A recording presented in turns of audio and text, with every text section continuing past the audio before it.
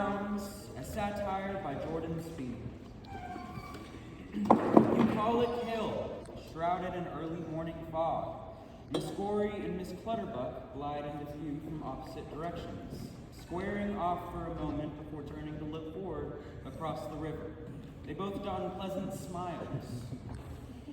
Eugenia, Miss Gory, are we applying formalities already? Do excuse my loudshoes, Mistress Clutterbuck. Miss Clutterbuck's eye twitches. Fret not. Miss Gory produces a pair of opera glasses to gaze through. Miss Clutterbuck produces a pair of binoculars. 'Tis a shame our husbands thought it necessary to sequester us on the opposite lake like this. To think Duncan has been involved in 3 different duels to date. Yet I have never witnessed one with my own eyes until this morning. I suppose I should be grateful to be in attendance at all. Pay no mind to the fact that I miss view from across the Thames. I share in your frustration. This will be my first duel as well, and Alfred has participated in 5. He has excellent aim, you see. The man has yet to miss. And yet rather sloppy to find himself wrapped up in 5 separate bouts, wouldn't you say? Well, how quick you are, Miss Clutterbuck. You flatter me, but yes, I do find myself wishing I could be more active participant. Oh, why, of course. Why, if I could shoot you in the face myself, I would.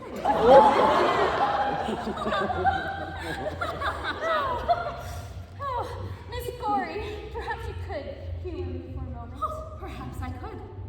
How long do you presume it would take you to make it from here to the other side of the river where our husbands now stand? Oh, how fun. Let's see now. I should estimate 15 minutes at the very least, factoring in terrain, footwear, and the vicinity of a serviceable bridge, of course. Of course. An astute assessment. How long until the match is set to commence? 10 minutes time, perhaps a few ticks less. So it is unlikely then that you'd be able to make it to the men before the first shot is fired. If logic prevails. Oh, which it does. I feel no trepidation in informing you that I am to empty the bullets from your husband's revolver. Beat. Neither lady's smile wavers. Ah. Come, Miss Gory. I dare say such a damning revelation warrants something more than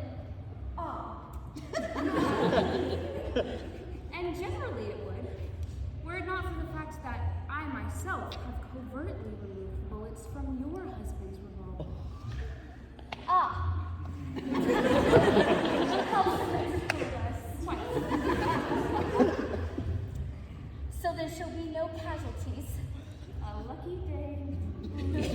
A long silence. Miss Gory begins to rifle around in her purse, producing a scone. We're in for quite a wait then. You won't mind if I have a quick bite to eat, will you? In the mad scramble, I fear this was all I could snag in my way to the coachman. Eat, by all means, I'm relieved. In fact, I too neglected breakfast. Miss Clutterbuck produces a scone of her own. It is much more extravagant, Miss Gory. The women munch politely. The sky begins to brighten. Oh, does dawn break so soon, oh my. So it does. Miss Gory opens a parasol. Eat. Miss Clutterbuck opens a noticeably larger parasol. Miss Gory, perturbed, rifles through her purse. You haven't a napkin, have you? I fear I may have spilt crumbs on my chiffon dress. Oh, I always carry napkins. My satin overdress is far too precious to risk falling without them. I'll search for one, though I may fear it may be lost in my purse amidst the large sums of cash, and my lady is home. What a coincidence! I too brought my lady pistol. How serendipitous!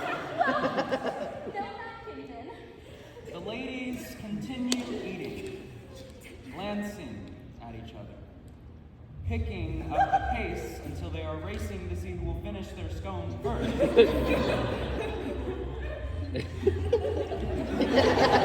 Miss Gory abruptly tosses what is left of hers onto the grass. Mrs. Clutterbuck, let us nip this foolish charade in the bud. Given the unlikeliness of anything coming of the men's tiff across the river, I fear the onus falls onto us to resolve the issue on our own in a matter that reflects our standing as members of a more civilized sex. What say you? Miss Clutterbuck spits out a mouthful of scone, regaining her composure. A splendid idea. What course of action do you propose? You are aware of my standing as a founder of the National Alliance of Women's Against Adultery? I'm of course familiar with their little organization and of its lobbying against my husband. Lobbying, which is purely reactive to his disdain for us. A very public disdain. But were Mr. Clutterbuck to make this disdain private, then I'm sure we would see no reason to continue our lobbying. Have him sign this agreement, and we shall part as friends. Miss Gorey holds up the document. Beat. You are, of course, aware that the preliminary election is drawing near? Yes, naturally. And you notice, I'm sure, that my husband has built his entire campaign upon his disdain for society of jilted seamstresses. A popular stance, you understand. And you don't exactly concern yourself with electability, now do you? His disdain is vital to his chance of election. Of course, if the Alliance were to publicly retract all their blasphemous statements about him first, I'm sure he'd be happy to remain silent on the matter.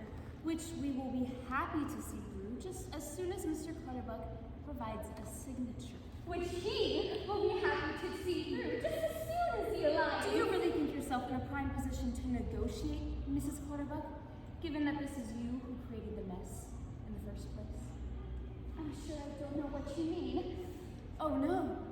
So you don't recall fucking my husband?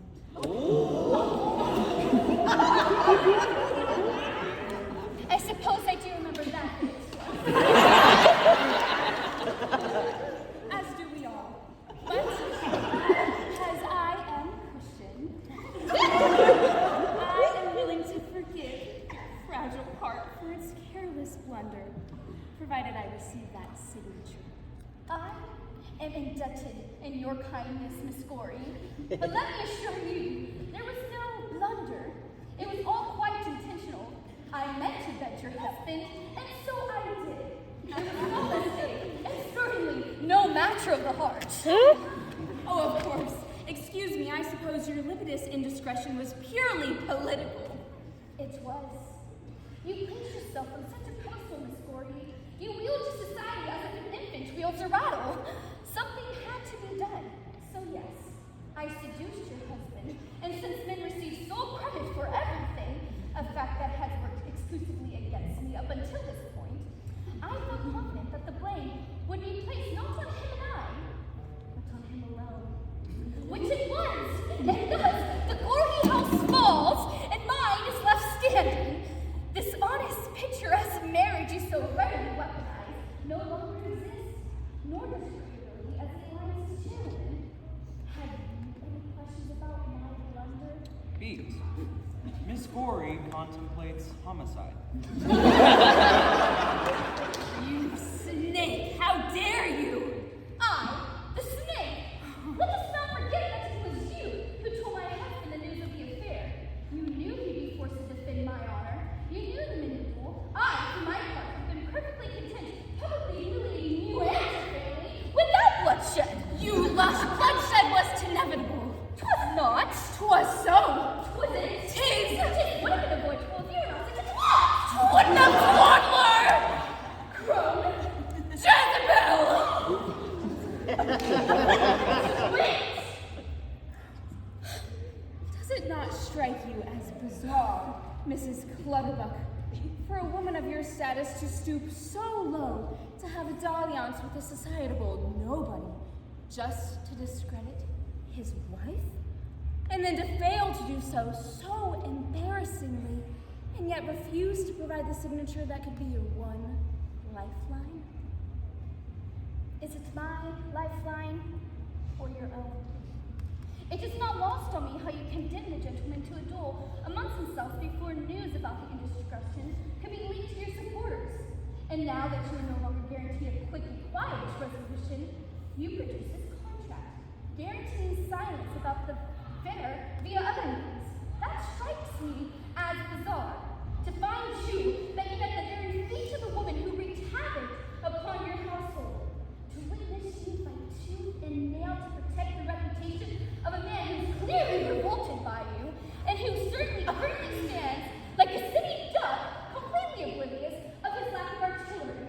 Although, as I understand it, he has been shooting blanks for quite some time. Miss Corey lets out a screech, swinging her purse at Miss Clutterbuck, who swings her own back and forth. Simultaneously, the women catch their purses mid-swing, tearing them from each other's hands. A beat as they consider what they will do with each other's purses. Suddenly, Miss Gory reaches in and pulls out a rifle, pointing it at Miss Clutterbuck's face. I have only ever acted in a way that I thought was absolutely necessary, and I shall continue to do so. As am I suppose I shall sign the document. I require your husband's signature, not yours. Oh, please. Every signature he has ever provided was forgery by me. Why, this is practically I who's running for Parliament. Huh. You have a quill in your purse, I'm sure. Yes, you can find it there amidst my large sums of cash and my... Miss Clutterbuck draws Do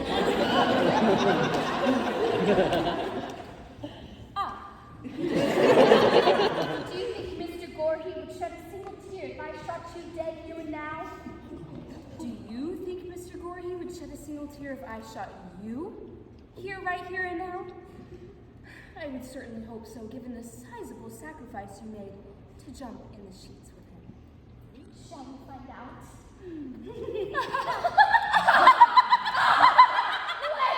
The ladies shoot the pistols. Beat. No bullets are fired. The ladies jiggle the triggers in confusion. Empty? Why, this isn't your lady pistol. Nor is this yours, I'm certain of it. It should be at least twice as small as mine. This is your husband's revolver. Of course it is, you nincompoop. I switched out his revolver with my own. Pray tell why? Because I knew should I confront you, I would need a much more legitimate weapon. Your skin is too worn and leathery to be pierced by my dainty little bullets. Why do I hold your husband's revolver? For the same reason, I'm afraid.